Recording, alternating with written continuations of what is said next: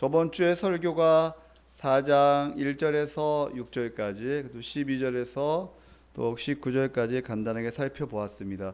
저번 주 설교가 고난이 올 때 우리는 어떻게 해야 하는가? 첫 번째, 고난이 올 때 우리는 어떻게 하죠? 내가 누구인가를 깊이 생각하는 게 되게 중요하겠죠. 내가 어떠한 존재인가? 내가 누구인가? 내가 하나님의 자녀요, 하나님의 고귀하고 존귀하고 보배를 입고 같이 있는 그런 존재라는 것을 깊이 아는 게 너무나 중요합니다. 그 다음에 두 번째로 하나님이 어떠한 하나님이신가? 그 전능하신 하나님, 모든 것을 이루시는 하나님, 가장 높은 곳에서 우리를 보고 계시며 우리를 다스리시며 우리를 통치하시며 우리를 끝까지 책임져 주시며 우리를 마지막 영화까지 인도하시는 그 하나님을 깊이 묵상하는 게 너무나 중요하죠. 아멘. 하나님의 보호하심, 하나님의 능력, 하나님의 그 전능하심을 묵상하는 게 너무나 중요합니다. 또한 고난을 통하여 어떠한 복을 주시려고 우리에게 이렇게 고난을 허락하시는가? 따라할까요? 고난의 복. 고난의 복. 고난은 힘든 것이라고 생각하지만 고난은 우리에게 어마어마한 복을 주시려고 때로는 고난을 주신다고 했죠. 그러나 고난은 세 가지 고난이 있다 그랬죠. 첫 번째, 우리가 어떠한 고난? 우리가 잘못해서 받는 고난이 있다 그랬죠. 두 번째로 이 세상이 주는 고난이 있다 그랬죠. 그다음에 세 번째로 예수님을 믿는다는 이유로 고난을 당할 때가 있다 그랬죠. 목사님이 사실은 이 말씀을 제가 이제 설교를 이제 듣고 있었거든요. 저도 이제 제 설교를 한번 듣고, 여러분도 이 설교를 유튜브에 올라가니까 여러분도 좀 들으세요. 좀 설교, 알았죠? 다시 한번 설교를 듣고 다시 한번 이 말씀을 묵상하는 게 되게 중요하죠. 근데 어떤 청년에게 그 문자가 왔어요. 그래, 목사님 한번 뵙고 싶다고. 그래서 이제 그 청년이 와가지고 같이 이 설교 말씀을 들었어요. 저번 주 설교 말씀을.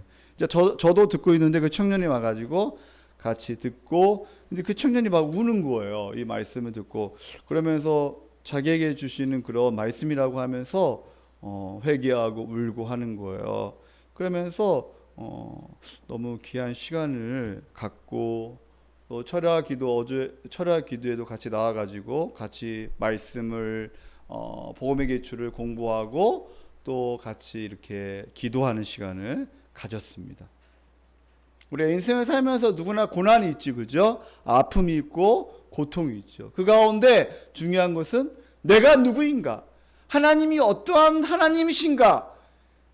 그리고 이 고난 가운데 하나님께서 어떠한 복을 주시려고 나에게 이 고난을 허락하셨는가? 여러분도 고난 가운데 있는 분이 있다면 다시 한번 십자가의 은혜 가운데 회복되며 다시 한번 십자가를 붙잡고 일어서는 귀한 은혜의 시간이 되기를 예수님의 이름으로 축원합니다. 오늘 말씀해 보면 7절과 11절에 이렇게 말씀이 있는데, 오늘 7절, 8절, 9절 이 세 절 말씀만 가지고 오늘 설교를 해보겠습니다. 자, 오늘 메인은 뭐냐면 고난 가운데 정신 차리고, 따라할까요?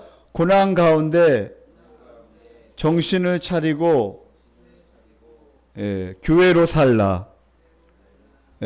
고난 가운데 정신을 차리고 교회로 살라.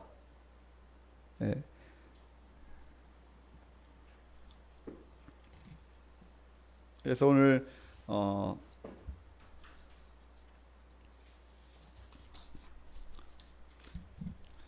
오늘 이 베드로도 고난 가운데 있는 흩어져 있는 나그네들에게 말합니다. 그리고 베드로도 정신을 못 차릴 때가 있었죠. 깨어있지 못하고 기도하지 못할 때가 있었죠. 베드로, 그죠? 베드로 겟세마네 동산에서 마태복음 26장에 보면 예수님께서 깨어있으라, 베드로야, 야고보, 요한 세 제자들에게 애들아 깨어있으라, 정신 차리라, 나를 위해서 기도 좀 해줘. 그럼에도 불구하고 이 베드로와 야고보와 요한, 특히 베드로는 어떻게 했어요? 잠만 자고 있었죠. 그래서 예수님께서 다시 기도하다가 오셔가지고 얘들아 내가 지금 죽게 되었으니까 좀 나를 위해서 기도해줘. 정신을 차리고 좀 기도해. 그럼에도 불구하고 또 그들은 또 잡니다. 왜 자요? 따라할까? 육신이 피곤해서. 육신이 피곤하니까 잠을 자는 거예요. 온유야 그지? 육신이 피곤하면 잠을 잘 수밖에 없어요. 네. 왜? 너무 피곤하니까. 그때 예수님께서 다시 베드로에게 말합니다. 야고보 요한에게 얘들아 내가 죽게 되었다 지금.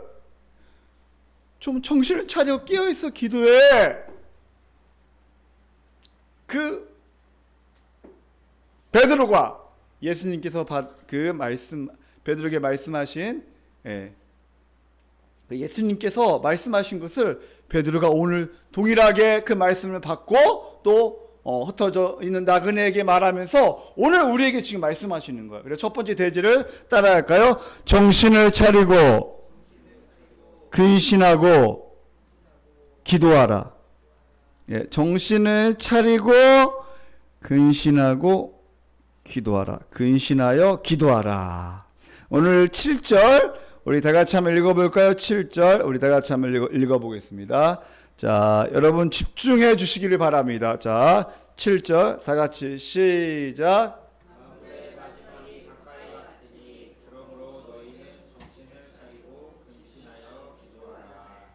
아멘.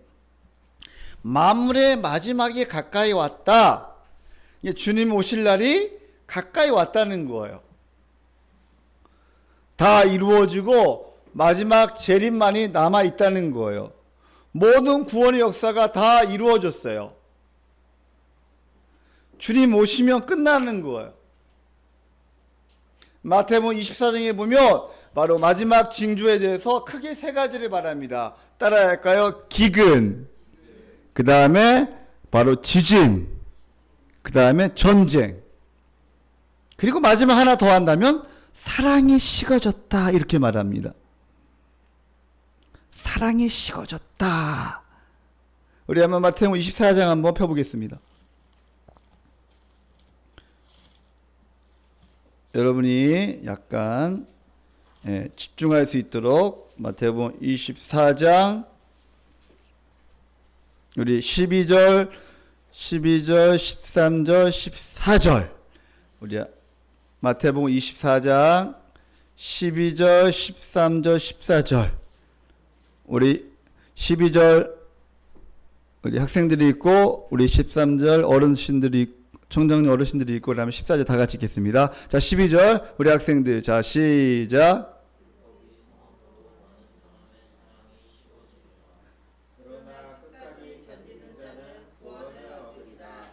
이 천국 복음이 모든 민족에게 증언되기 위하여 온 세상에 전파되리니 그제야 끝이 오리라. 자, 언제 끝이 온다고요? 온 세상에 전파될 때 바로 끝이 온다고 말씀하고 있습니다. 그래서 보면 이 온 세상이라는 뜻은 바로 헬라어로 보니까 바로 거주하는 세상, 많은 지역을 강조하는 거예요. 그래서 지금 예수님이 오셔도 상관이 없다는 거예요. 종말은 뭐냐? 예수님의 초림부터 예수님의 재림까지를 종말이라고 합니다. 그러니까 예수님이 승천하시면서 제자들에게 말하지요. 뭐라고 말하죠? 사도행전 1장에 보면 너희가 예루살렘을 떠나지 말고 어떻게 하라고요? 기다리라. 그리고 오직 성령이 임하시면 너희가 뭐하라고? 권능을 받고 예루살렘과 온 유대와 사마리아와 땅까지 이르러 내 증인이 되라 이렇게 말씀하고 있어요. 너희가 성령을 기다리라. 그리고 예수님께서 이제 승천하시면서 본 그대로 오신다고 말씀하시죠. 그때 바로 마가의 다락방에서 120명의 사람들이 간절히 기도에 힘쓰니라 이렇게 말씀하고 있어요. 사랑하는 성도님들, 십자가에서 다 이루었고 성령께서 다 적용하십니다. 그때 성령께서 역사하시죠. 마가의 다락방에 성령께서 역사하심으로 말미암아 놀라운 역사가 일어납니다. 사랑하는 성도님들, 주님만 다시 오시면 모든 것이 다 끝납니다. 예수님이 오시면 모든 것이 다 끝나요. 이 세상은 잠깐입니다. 마지막에 가까이 왔다는 의식이 강할 때 바로 내가 누구인가를 깊이 알 수 있어요. 그리고 하나님이 어떠한 분이신가를 깊이 알 수 있어요. 마지막에 가까이 왔다, 이 의식이 강할 때 내가 누구인가, 하나님이 어떠한 분이신가를 더 깊이 알 수 있다는 거예요. 나는 나그네구나. 나는 이 세상에 잠깐 있는 존재지. 나는 내가 가야 할 본향이 있구나. 구원받아서 저기에 가는 거야. 여기에 잠깐 있는 목적은 바로 뭐예요? 하나님을 예비하기 위하여. 따라할까? 하나님을 예비하기 위하여. 또 하나님을 알아가기 위하여. 또 하나님의 사랑을 더 깊이 알기 위하여 이 세상에 존재하는 거예요. 우리의 존재의 목적은 하나님을 예배하며 또 하나님의 사랑을 더 깊이 알며 삼위 하나님이 행하신 놀라운 구원의 경륜을 깊이 알기 위하여 우리가 이 세상에 존재하는 거죠. 예수님을 만날 때를 생각하면 우리가 따라할까요? 정신 차리게 된다. 정신 차리게 된다는 거. 목사님이 오늘 산에 올라가서 어떤 한 70대 넘으신 어르신을 만났어요. 그래서 그 어르신한테, 어르신 너무나 멋있게 인생을 살아왔죠. 앞으로도 남은 인생을 멋있게 살 거예요. 근데 그 방법을 알려드릴까요? 예수님을 믿으세요. 그랬어요. 그러니까 자기 반지를 보여주면서 나 성당 다녀 그러더라고요. 성당 다니는 사람들은 그죠, 보통 가락지를 끼죠. 알아요, 우리 온유? 모르죠. 성당 다니는 사람은 거기에 가락지를 끼어요. 성당. 나는 성당 다닌다. 이렇게. 근데 그분이 이제 이사를 왔는데 쌍문동 성당에 다닌다는 거예요. 근데 보니까 이제 이사 와가지고 그러면서 예수님 믿고 우리 천국에서 만나요. 그리고 제가 이렇게 헤어졌죠. 준수야, 정신을 차리고. 오늘 말씀이 뭐라고요? 첫 번째 대지가 정신을 차리고. 자, 우리 예준이도 그죠? 예준이 오늘 태도가 너무 좋아요. 정신을 차리고. 자, 그래서 우리가 예수님을 만날 때를 생각하며 이 정신 차리게 되어 있어요.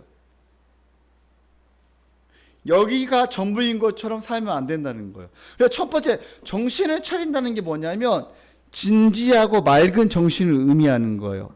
여러분 지금 어때요? 정신이 맑나요? 여러분 정신이 맑아요? 맑은 정신을 의미하는 거예요. 지금 하루하루를 진지하게 맑은 정신으로 사는 거. 흐리멍텅하게 살지 말라는 거예요. 우리가 기도할 때도 예배 드릴 때도 흐리멍텅하게 그렇게 살지 말라는, 공부할 때도 집중해서 공부하라는 거예요. 이 세상을 살 때 최선을 다하여 살라는 거예요. 그리고 두 번째, 근신하라는 것은 말이나 행동을 삼가하고 조심하라는 거예요. 그래서 정확한 판단력에서 오는 절제를 말하는 거예요. 따라할까요? 정확한 판단력에서 오는 절제, 셀프 컨트롤. 발음 괜찮았죠? 정확한 판단력에서 오는 바로 이 절제를 말하는 거예요. 그래서 신중하고 절제하는 거, 이게 너무나 중요해요. 우리 베드로전서 1장 17절에 보면 우리 한번 읽어볼까요?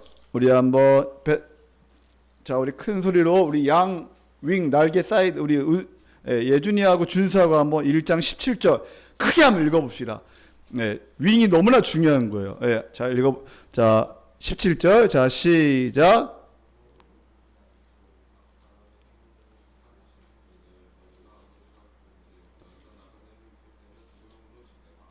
네, 자, 베드로전서 우리가 이제 다시 왔죠. 다시. 여러분 축구할 때 윙이 가장 중요합니다. 날개가 중요합니다. 여러분 이렇게 딱 이 자리에 앉아 있고 딱 윙이 딱 우리 예준이하고 우리 준수가 딱 이렇게 든든하게 서 있으니까 너무나 목사님은 좋아요. 자, 우리 17절 우리 한번 큰 소리로 한번 읽어봅시다. 다시 한번 우리 다 같이 읽어봅시다. 자, 시작. 사람의 행위대로 심판하시는 이를 너희가 아버지라 부른즉 너희가 나그네로 있을 때를 두려움으로 지내라. 자, 나그네로 있을 때 어떻게 해요? 두려움으로 지내라. 두려움으로 지내라는 것이 바로 뭐냐면 경건에서 나온 두려움, 신중하게 지내라는 거예요. 하루하루를 신중하게 지내라. 왜요? 하나님은 외모로 보시지 않고 각 사람의 행위대로 심판하시기 때문에 너희가 하나님을 아버지라 부른즉 너희가 나그네로 있을 때를 두려움으로 지내라 이렇게 말씀하고 있네요. 세상에 취하지 말고 조심하라는 거예요. 정신 차리면 말씀을 묵상하고 기도하게 되어 있어요. 아버지라고 부를 수 있다는 거예요. 아버지가 어떠한 분이신가 깊이 묵상하라는 거예요. 우리 데살로니가전서 5장 2절에 보면 주의 날에 밤에 도둑같이 이룰 줄을 너희 자신이 자세히 알기 때문에 6절에 보면 자지 말고 깨어있어 정신을 차리라 이렇게 말씀하고 있어요.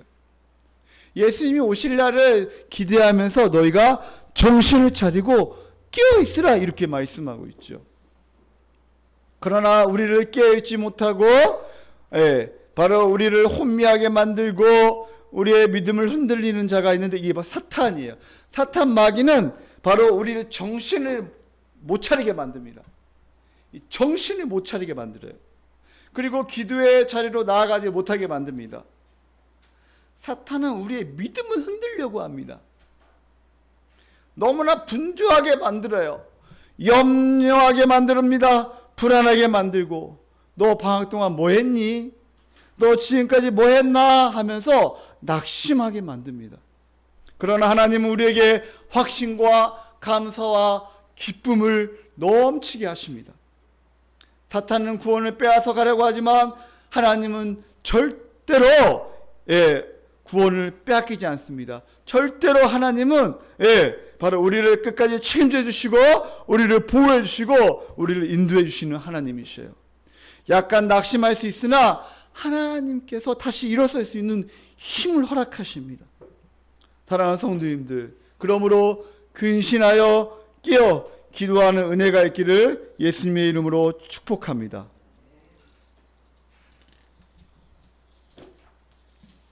기도할 때 성령께서 역사하시는 거예요. 기도할 때 성령께서 역사하십니다. 너는 내게 부르짖으라. 내가 응답하겠고 내가 하지 못한 크고 은밀한 일을 내게 보이리라.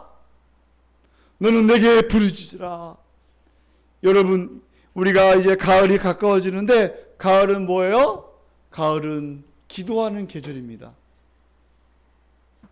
가을에 기도하게 하소서. 주구하는 모든 영혼들을 위해서 여러분이 기도해야 합니다. 여러분의 가정을 위해 기도하며 여러분의 자녀들을 위해 기도하며 교회를 위해 기도하며 VIP 영혼들을 위해 기도해야죠. 우리의 가정이 회복되며 우리 교회가 회복되며 이 나라의 민족이 회복될 수 있도록 이 나라의 민족 교회가 다시 일어설 수 있도록 우리의 기도가 필요합니다. 아멘. 여러분들이 목회자를 위해서 기도해야 합니다.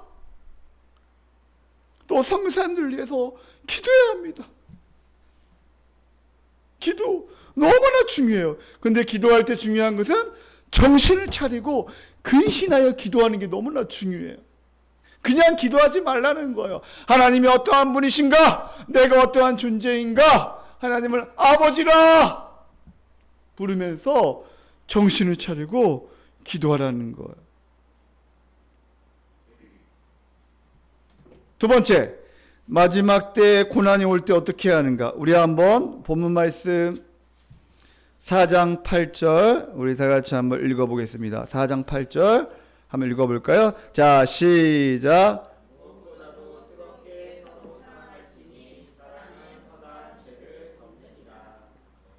아멘. 무엇보다도, 영어로 뭐예요? above all. 무엇보다도 가장 중요한 게 뭐냐?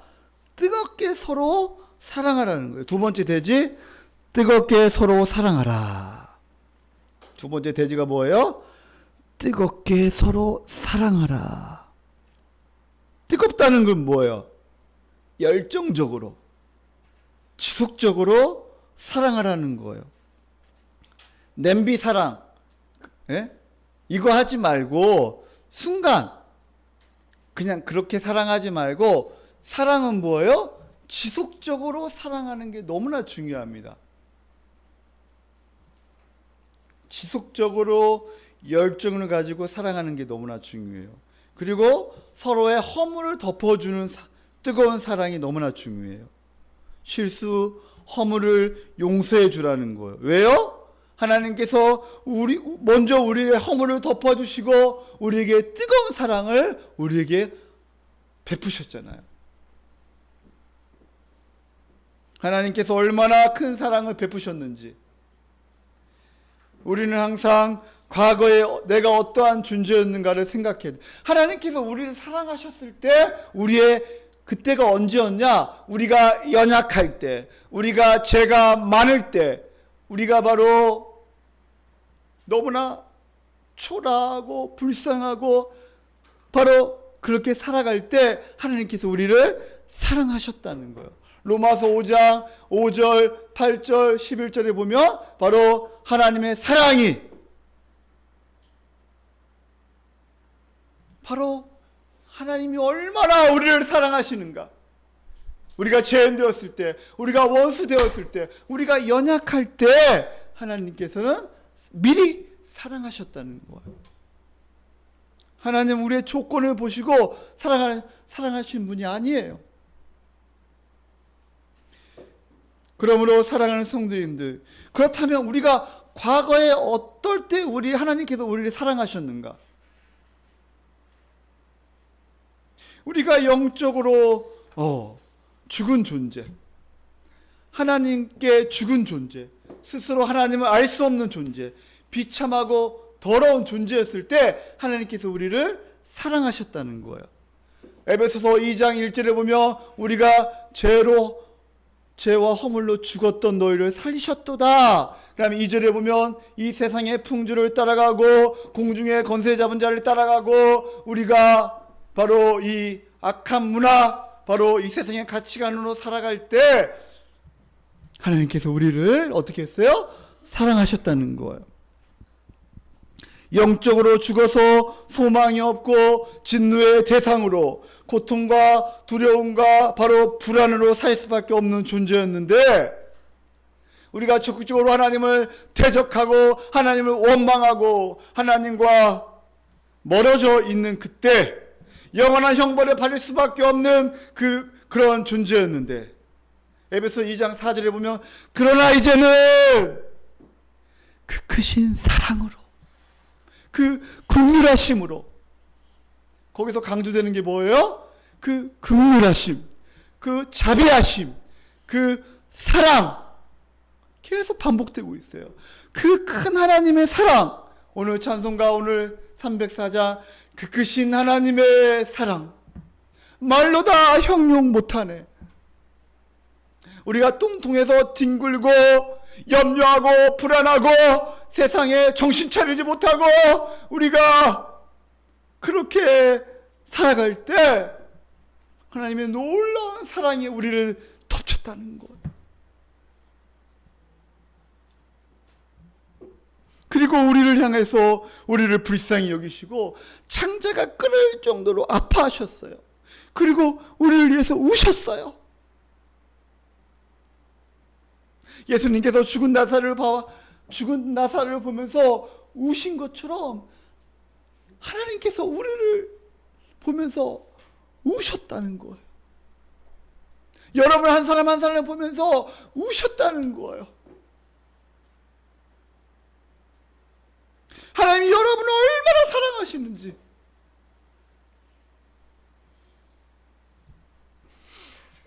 그리고 5절에 보면 하나님께서 살리셨고, 이 살리셨다는 것은 따라할까요? 중생, 바로 거듭남을 말하는 거죠.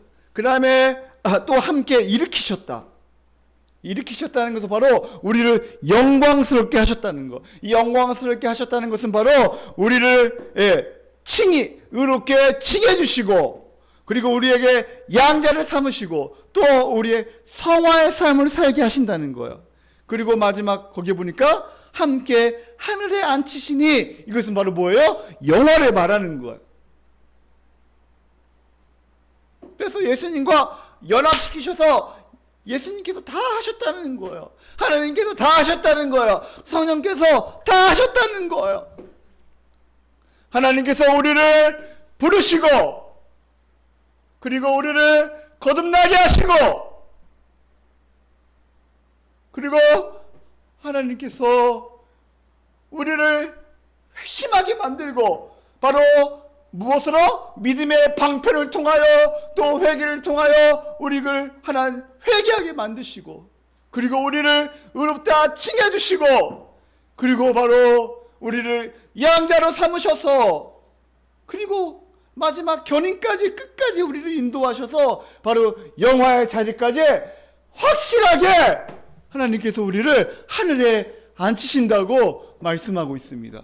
여러분, 우리는 아직 하늘에 앉아있지 않잖아요. 하나님과 함께, 예수님과 함께, 그죠? 근데 예수님과 함께 하늘에 앉히신다고 과거로 말하고 있습니다. 왜요?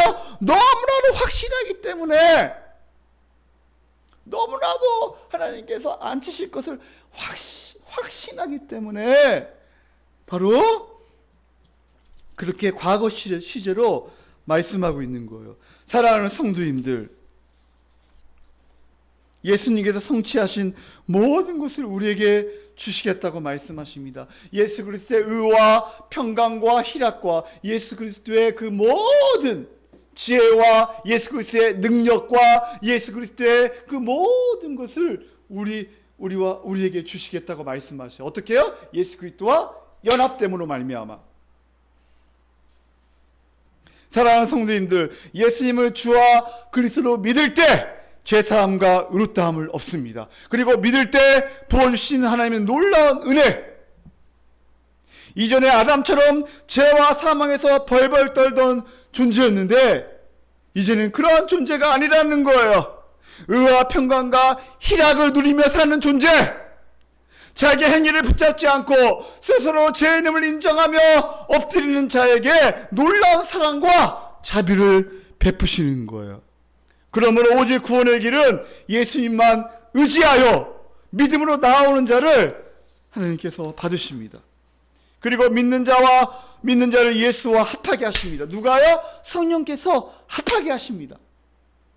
여러분 잘 생각해 보세요. 우리가 예수 그리스도를 믿을 때 성령께서 역사하셔요. 바로 예수님과 합하게 하셔요.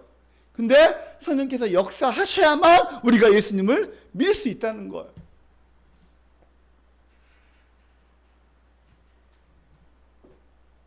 그래서 우리가 감사와 찬양과 기쁨을 누리며 사는 존재가 되었습니다. 사랑하는 성도님들, 사람은 어떻게 변화됩니까? 우리 힘으로는 안 돼요. 우리 자녀들 마음대로 안 되잖아, 그죠? 예.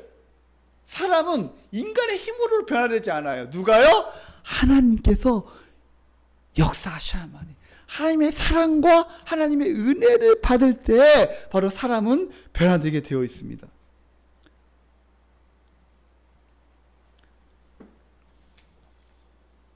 그러므로 여러분, 믿음이 무엇입니까? 믿음은 바로 내가 한 것이 아니라 하나님께서 하신 것을 믿는 거예요. 그리고 바로 강하신 하나님을 붙잡는 게 믿음이에요. 그리고 나의 무능력과 그리고 하나님의 강함을 인정하는 거예요.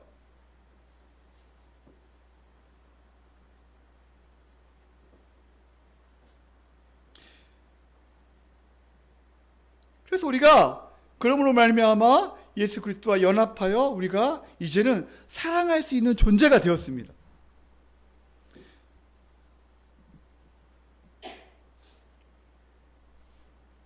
사랑하는 성도님들, 하나님이 얼마나 우리에게 사랑을 베푸셨는가, 이것을 깊이 먼저 묵상하는 게 너무나 중요하다는 거예요. 그러므로 이것을 깊이 할 때 다른 사람이 허물이 보일지라도 그것을 덮어줍니다. 여러분 다 알잖아요. 여러분 남편, 아내의 허물을 다 알잖아요. 자녀의 허물을 알고 부모의 허물을 알잖아요. 교회 안에서 마찬가지고.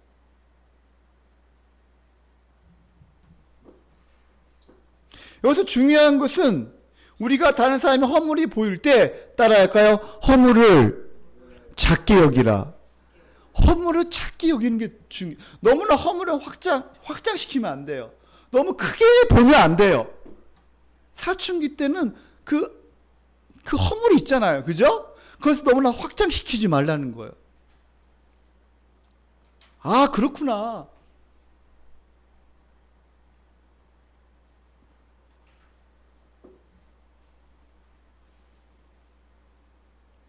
여러분, 덮어줄 수 있는 것을 끄집어내지 말라는 거예요. 덮어주라는 거예요. 이렇게 허물을 덮어주세요. 끄집어내지 말라는 거예요. 과거의 실수를 끄집어내지 말라는 거예요. 누구나 다 과거의 실수가 있잖아요. 그것을 끄집어내지 말라는 거예요. 그리고 가볍게 무시하라는 거예요. 따라할까요? 가볍게 무시하라.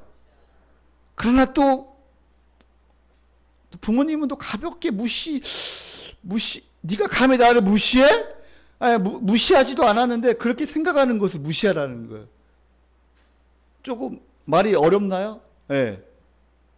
무시하지도 않았는데 우리는 무시한다고 생각하잖아요. 그죠? 근데 그거 생각을 무시하라는 거예요. 너무나 확대시키지 말라는 거예요. 가볍게 넘어가라는 거예요.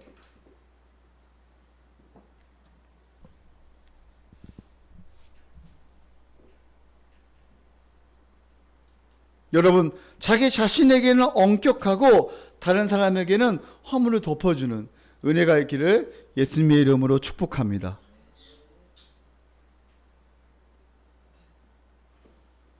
근데 요즘 교회 다니지만 허물을 덮어주지 못하는 사람이 우리 주위에는 많이 있는 것 같아요. 진실로 서로 사랑하지 않아도 괜찮다는 분위기. 서로 사랑하지 않아도 여러분 구원받는다고 생각합니다. 허물을 덮어주지 않아도,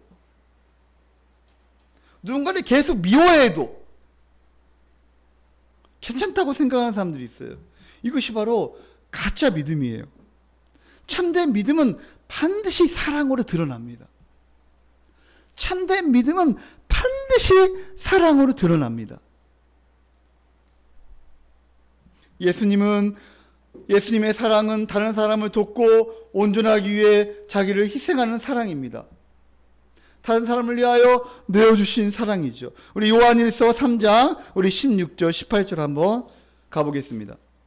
요한일서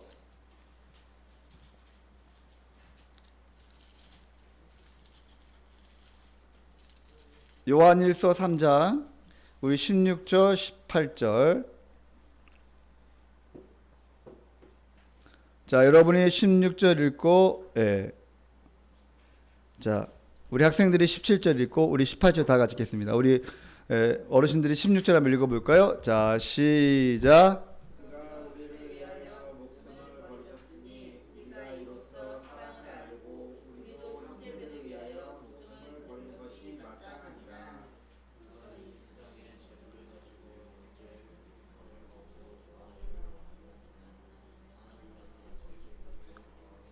우리 18절 다 같이 읽겠습니다. 시작. 자녀들아, 우리가 말과 혀로만 사랑하지 말고 행함과 진실함으로 하자.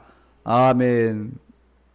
여기서 14절에 보면 우리는 형제를 사랑함으로 사망에서 옮겨 생명으로 들어간 줄을 알거니와 사랑하지 아니하는 자는 사망에 머물러 있느니라. 15절 그 형제를 미워하는 자마다, 여기서 미워한다는 것은 지속적으로 미워한다는 거예요. 지속적으로 사랑하는 것이 아니고 지속적으로 미워하는 것을 말하는 건데, 지속적으로 미워하는 자마다 살인하는 자마다 영생이 그 속에 거하지 아니하는 것을 너희가 아는 바라, 이렇게 말씀하고 있습니다. 희생적 사랑은 다른 사람을 돕고 바로 섬기며 사는 거예요. 자기의 가진 모든 것으로 주위에 있는 도움이 필요한 형제 자매들을 돕는 거예요. 우리의 소유가 줄어드는 한이 있더라도 바로 돕는 것이 너무나 중요합니다.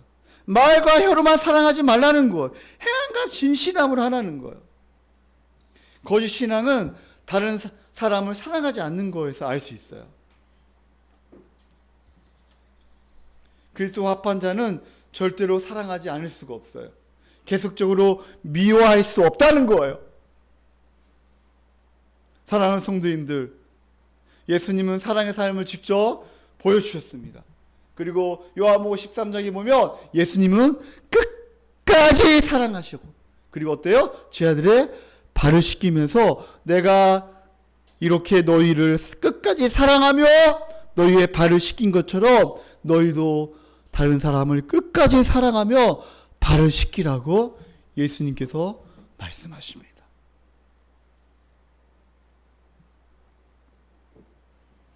다른 사람을 위하여 내어주고 종로도 타고 온갖 고난을 감수하면서 우리같이 더럽고 추한 자를 사랑하셨습니다. 우리 예수님께서. 사랑하는 성도님들, 하나님은 예수님을 보내셔서 십자가에서 대속적 죽음을 죽게 하셨습니다. 그리고 사랑의 공동체, 즉 하나님의 나라를 회복하셨습니다. 우리는 하나님의 나라 현시인 교회에서 이것을 맛보아야 합니다. 교회는 이 세상에 없는 사랑을 나누어 풍성해지는 바로 현장입니다. 사랑하는 성도님들, 하나님의 사랑으로 우리 서로 뜨겁게 사랑합시다. 말과 혀로만 사랑하지 말고 우리가 진실로 변함없이 십자가의 사랑으로 교회 성도들을 더 깊이 사랑하며 또 더 허다한 죄를 덮어주는 은혜가 있기를 예수님의 이름으로 축원합니다. 오늘 본문 세 번째 대지, 우리 한번 9절 말씀 다 같이 읽겠습니다. 우리 9절 말씀 우리 다 같이 읽어볼까요? 자, 시작. 서로 대접하기를 원망 없이 하고. 우리가 대접할 때 원망 없이 하라는 거예요. 그래서 세 번째 대지는 서로 대접하기를 원망 없이 하라. 세 번째 대지가 뭐예요? 서로 대접하기를 원망 없이 하라. 자, 우리 준수야 고개를 들고, 자, 마지막 대지예요. 이제 거의 끝났습니다. 여러분 저를 앞에 보세요. 자, 이제 거의 설교가 끝나갑니다. 마지막 2페이지 남았습니다. 이제 자, 서로 대접하기를 원망 없이 하라. 이 대접이라는 것은 나그네를 대접하는 것, 그 당시에 나그네를 대접하는 것을 의미합니다. 바로 환대하다, 따뜻하게 대한다는 것을 말하는 겁니다. 당시에는 자기 집을 내어주고 따뜻하게 대접하는 그러한 문화가 있었습니다. 여러분 기억하십니까? 우리 교회가 처음 개척할 때 몇 개월 동안 우리 여기 기봉 빌라 조그만한 그 몇 평, 10평도 안 되는 그 기봉 빌라에서 우리가 그때도 열 몇 명이 됐을 거예요. 그때 같이 몇 개월 동안 우리 사모가 같이 대접할 때가 있었어요. 여러분 몰랐죠? 여기에서 밥으로 하지 않고 직접 거기에서 대접할 때가 있었어요. 그래서 외부에서 이렇게 처음 오신 분도 오셔가지고 거기서 식사할 때가 있었어요. 몇 개월 거의. 예. 그래서 바로 그런 것을 의미하는 거예요. 지금 본문 말씀은 바로 서로 대접하기를 원망 없이 하다. 그러나 대접할 때 중요한 것은 뭐예요? 따라할까요? 원망 없이. 원망 없이 대접하는 게 너무나 중요합니다. 그래서 우리가 이제 다시 이제 이렇게 교회에서 식사를 하잖아, 그죠? 우리 집이 이제 이사 갔으니까 좀 대접을 하고 싶은데, 그죠? 대접을 하려고 지금 주일날 한번 대접하고 싶은 마음. 그래서 우리가 가을이 이제 좀 따뜻해지 이제 좀 날씨가 좋아지면, 여러분 이제 왜냐하면 할머니도 이제 조용하시고, 그죠? 이제 그래서 한번 대접하려고 합니다. 이렇게 우리 교회에서 한번 주일날 이렇게 거기에서 모임도 하고, 그죠? 괜찮겠죠? 한번 이렇게 대접해가지고 같이 식사를 나누는 거, 이게 너무나 중요합니다. 근데 이때 중요할 때, 이때 중요한 것이 뭐예요? 원망 없이 하는 게 너무나 중요해요. 왜냐하면 이 대접이 그만큼 힘들다는 거예요. 여러분도 여러분의 집으로 누군가를 초대할 때, 그죠? 쉽지가 않잖아요, 그죠? 그래서 그러므로 있잖아요. 우리가 중요한 것은 바로 이제 두 번째로 따라할까요? 복음으로 대접하라.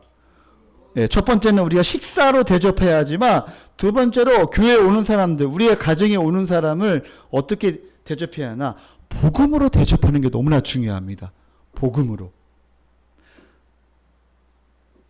우리가 다른 사람이 교회에 올 때 식사와 함께 복음으로 대접하는 게 너무나 중요해요.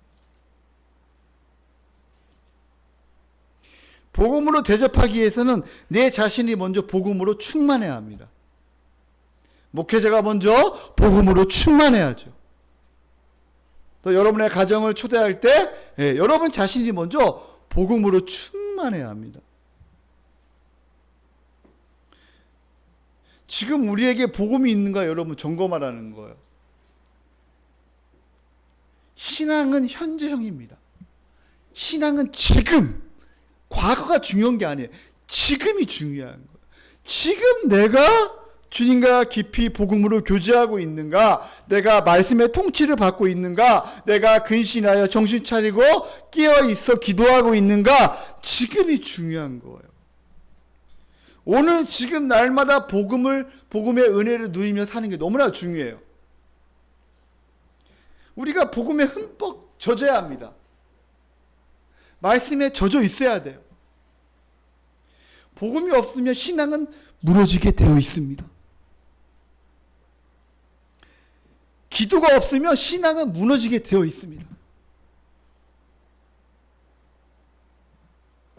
사랑하는 성도님들, 이제 다시 우리가 복음으로 돌아가야 합니다.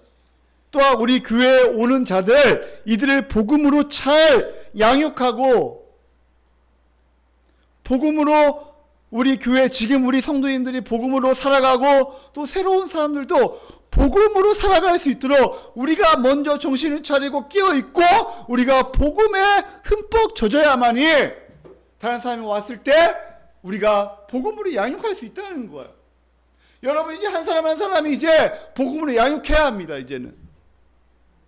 아멘? 하나님께서 반드시 우리 교회에 귀한 영혼들을 보내주실 거예요. 우리가 그때를 준비하고 기도하고 그리고 우리가 복음으로 충만해야죠.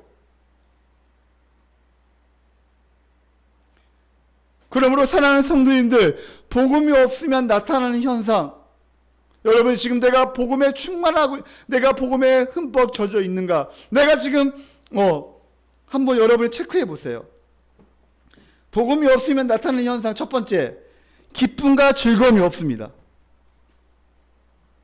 세상에 기쁨과 즐거움이 없어요. 교회 오는 즐거움과 기쁨이 없어요. 예배 드리는 기쁨과 즐거움이 없어요. 두 번째, 정신 차리지 못하고 세상에 취하고 기도가 멀어집니다. 오늘 본문 말씀을 제가 이제 가지고 이제 한번 생각해 봤어요.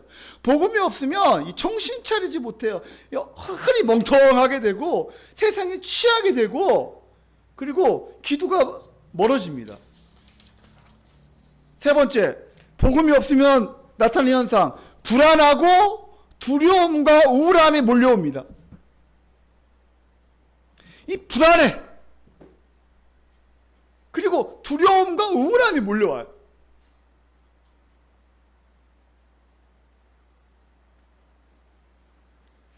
그다음에 네 번째, 말씀이 뜨겁지 않고 미워하는 마음과 서운한 마음이 꿈틀거립니다. 여러분의 마음속에 미워하는 마음과 서운한 마음이 꿈틀거리는 거예요. 오늘 본문 말씀에 보면, 그 다음에 경건한 헌신, 이 열정, 순종이 사라집니다. 그리고 가장 중요한 것은 아까 말했지만 예배의 감격이 없어집니다. 복음이 없으면, 복음이 충만하지 못하면. 그럼 해결책이 무엇입니까? 다시 복음을 붙잡아야죠. 다시 먼저 우리 자신이 복음을 붙잡아야 합니다. 제가 저번 주에 너무 힘이 났던 게 뭐냐면, 우리 어르신들의 복음을 전하는데 우리 어르신들이 복음을 잘 받아들이는 거예요. 그러니까 저도 힘이 나는 거예요. 저도 살아나는 거예요. 우리 어르신들이 보면서 저는 요즘에 너무나 기쁨이, 또 소망이 생기고, 너무나 힘이 나는 거예요. 할렐루야. 물론 우리 주일학기를 보면서 힘이 나죠. 우리. 근데 우리 어르신들을 보면서 복음을 받아들이는 거 제가 느껴요. 이렇게 복음의 기초를 하잖아요. 그러면 복음을 받아들여요. 너무나, 물론 힘들어서 언제 끝나는가, 빨리 끝났으면 좋겠다 이런 생각 하시는 것 같은데, 근데 너무나 복음을 잘 받아들여요. 그래서 제가 너무나 기뻐요. 해결책이 무엇입니까? 다시 우리가 하나님의 놀라운 은혜, 그 하나님의 사랑을 붙잡아야 합니다. 하나님이 얼마나 우리를 사랑하시는가, 하나님이 얼마나 우리에게 은혜를 베푸셨는가. 다시 말씀을 보고 믿고 십자가를 붙잡아야 합니다. 그리고 여러분이 해야 할 일을 해야 합니다. 즉 말씀을 연구하고 기도하는 데 힘써야 합니다. 해야 할 일을 하지 않는 것도 죄입니다. 학생으로서 최선을 다해 공부하지 않는 거 죄입니다. 목회자가 말씀을 연구하지 않고 기도하지 않고 깨어있지 않고, 이것도 가장 큰 죄 중에 하나죠. 우리 리더들이 마찬가지죠. 그리고 성도들도 마찬가지예요. 또 가정에서나 교회에서나 뜨겁게 사랑하지 않는 것도, 이것도 죄입니다. 사랑하는 성도님들, 옆에 있는 사람들 쳐다보시고 이들의 허물을 덮어줘야 합니다.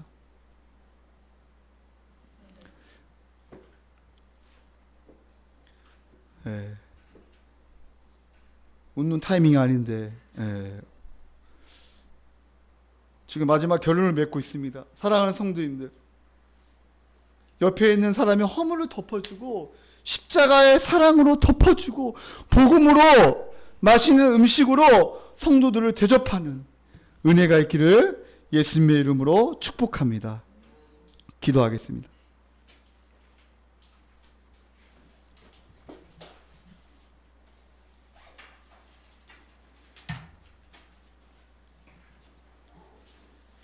여러분 한번 오늘 말씀을 오늘 묵상하면서 이 시간, 기도한 시간을 갖겠습니다. 베드로 사도는 흩어져 있는 나그네에게, 고난받고 있는 나그네에게, 교회들에게, 또 오늘 우리에게, 하나님께서 오늘 우리에게 말씀하십니다. 저에게 말씀하십니다. 정신을 차리고, 정신을 차리고, 정신을 차리고, 종필아, 정신을 차리고 근신하고 기도하라고 주님께서 오늘 저에게 말씀하시고 또 여러분에게 말씀하십니다. 무엇보다도 뜨겁게 서로 사랑하라. 옆에 있는 사람의 허물을 덮어주라고 주님께서 말씀하십니다. 실수와 허물을 용서해 주라는 거예요. 사소한 것을 덮어주라는 거예요. 다른 사람의 허물을 작게 여기라는 거예요. 너무나 허물을 확장시키지 말라는 거예요. 그러나 우리가 조심해야 할 게 있습니다. 지혜에 대해서는 우리 자신은 민감해야 합니다. 우리가 진실하지 못하고 돈을 사랑하고 자기를 사랑하고 시기하고 질투하고 원망하고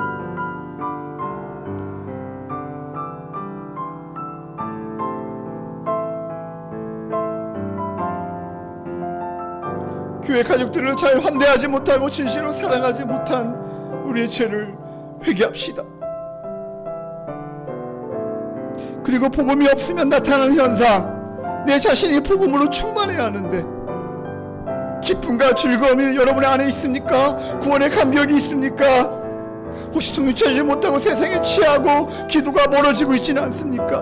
혹시 불안하고 낙심과 두려움과 우울함이 몰려오고 있지는 않습니까? 혹시 말씀이 뜨겁지 않고 미워하는 마음과 서운한 마음이 꿈틀거리지는 않습니까? 경건한 헌신과 열정의 순종이 사라지고 있지 않습니까? 예배의 감격이 혹시 없지 않습니까? 우리가 혹시 그런 자가 있다면 우리 다 같이 한번 회개합시다. 주여 나의 죄를 용서하여 주시옵소서. 주여 나의 죄를 용서하여 주시옵소서. 다시 복음을 붙잡기 원합니다. 하나님의 놀라운 은혜와 사랑을 붙잡기 원합니다. 다시 말씀을 보고 십자가를 붙잡기 원합니다. 주여 나에게 은혜를 베풀으시고 다시 한번 나를 새롭게 해달라고, 주여 우리에게 은혜를 베풀어달라고 우리 같이 한번 우리 찾기의 소리를 내가면서 이 시간 기도한 시간 갖겠습니다. 하나님 아버지, 하나님 아버지, 정신을 차리고 제가 먼저 정신을 차리고 근신하여 깨어있어 기도해야 하는 것, 제가 정신을 차리지 못하고 기도하지 못했음을 회개합니다. 주님 아버지, 나의 죄를 용서하여 주시옵소서. 기도한다고 하지만 정신을 차리지 못하고, 아버지 하나님 나의 죄를 용서하여 주시옵소서. 말로는 사랑한다고 하지만 뜨겁게 서로 사랑하지 못하고, 더 성도들을 더 깊이 사랑하고 더 말씀을 깊이 연구하고 복음으로 먼저 내가 충만해야 하고만 그러지 못한 나의 죄를 이 시간 회개합니다. 감사와 기쁨과 구원의 은혜와 감격을 잃어버리고 산소망, 죽은 자 가운데 부활케 하신 우리에게 산소망, 다시 오실 주님을 기대하지 못하고 만물의 마지막에 가까이 왔으니 다시 오실 주님을 소망하지 못하고 살아오니 나의 죄를 용서하여 주시옵소서. 하나님 아버지, 뜨겁게 서로 사랑하지 못하고 마음속에 미운 마음과 꿈틀거리며 하나님 아버지여, 또한 불안하고 낙심하며 염려하며 때로는 두려움이 몰려올 때가 있음을 고백합니다. 예배의 감격이 없이 하나님 아버지여, 경건한 헌신과 열정 순종이 사라졌습니다. 주여 다시 복음을 붙잡게 하여 주시옵소서. 다시 주님, 다시 오실 주님을 소망하며 아버지 다시 하나님 다시 말씀을 보고 말씀을 믿고 십자가를 붙잡고 살아가게 도와주시옵소서. 다시 오실 주님을 기대하며 소망하게 살아가게 허락하여 우리 사랑하는 성도님들 하나님 잡아주시옵소서. 하나님 은혜를 베풀어 주시옵소서. 하나님 성령께서 이 시간 아버지 우리를 회개함을 부어주시고 아버지 하나님의 놀라운 사랑으로 우리를 깨서 주시옵소서. 하나님의 사랑을 아버지 회개함을 부어주시고 하나님 아버지 다시 한번 자기를 신뢰하며 나아가게 허락하여 주시옵소서. 하나님 은혜를 베풀어 주시옵소서. 하나님 역사하여 주시옵소서. 주 주님 다시 오실 때까지 나는 일어나 달려가리라. 주의 영광 온 땅 높을 때 나는 일어나 노래하네. 내 사모하는 주님, 내 사모하는 주님, 온 세상 그 죄시로 내 사모하는 주님, 영광의 왕이시라. 주님 다시 오실 때까지 나는 이 길을 가리라. 좁은 문 다 같이 찬양합시다. 말씀 생각. 좁은 길 나의 십자가 지고 나의 십자가 지고 나의 가는 이 끝에서 나의 가는 이 끝에서 나는 주님을 보리라. 영광 내 주님 나를 맞아주시네. 나를 맞아주시네. 아멘. 주님 다시 오실 때까지 나는 일어나 달려가리라. 주의 영광 온 땅 덮을 때 나는 일어나 노래하네. 아멘. 내 사모하는 주님, 온 세상 그 죄시로 내 사모하는 주님, 영광의 왕이시라. 내 사모하는 주님, 내 주님, 온 세상 그 죄시로 내 사모하는 주님, 영광의 왕이시라. 영광의 왕이시라.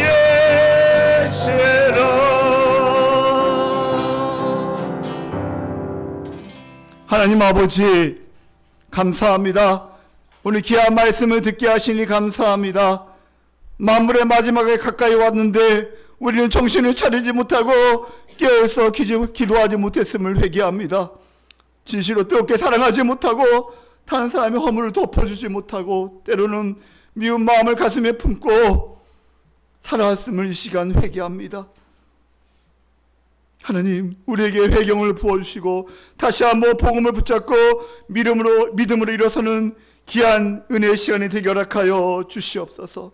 우리 교회가 진실로 서로 사랑하며 서로 함께 아버지 한 몸으로 주님 앞에 예배드리며 나아가는 우리 모든 성도님들 되게 도와주시옵소서. 먼저 내 자신이 복음으로 충만케 해주시고 다시 기쁨과 즐거움과 구원의 은혜가 회복되게 하시고 다시 한번 정신을 차리고 세상에 취하지 않고 기도하며 주님과 깊은 교제가 회복되는 놀라운 은혜를 베풀어 주시옵소서. 모든 불안과 모든 두려움과 모든 우울함이 떠나게 도와주시고 다시 한번 예배의 감격이 회복되어 하나님을 아버지라 부르며 날마다 다시 오실 주님을 소망하며 하루하루를 최선을 다하며 열정을 가지고 뜨겁게 서로 사랑하며 또 자기가 맡은 아버지 하나님 그 귀한 사역을 잘 감당할 수 있도록 하나님께서 은혜를 베풀어 주시옵소서. 이제는 우리를 위하여 십자가에 죽으신 예수님의 은혜와 하나님의 그 크신 사랑과 성령님의 가마감동 충만 역사 위로하심이 우리 사랑하는 성도들 심령과 가정과 자녀 위에 우리 주원광교회와 이 나라 이 민족 위에 지금부터 영원까지 함께 있을지어다. 아멘. 하나님 아버지 하나님, 우리 사랑하는 성도님들 저를 비롯하여 한 주간 깨어있어 기도하게 하시고 말씀을 붙잡게 하시고 하나님 뜨겁게 서로 사랑하며 우리가 예배를 사모하며 또 하나님 아버지 구원의 은혜와 감격으로 살아가게 도와주시옵소서. 하나님의 말씀을 붙잡게 허락하여 주시옵소서. 우리 하나님의 박수 영광 드리며 하나님 감사합니다.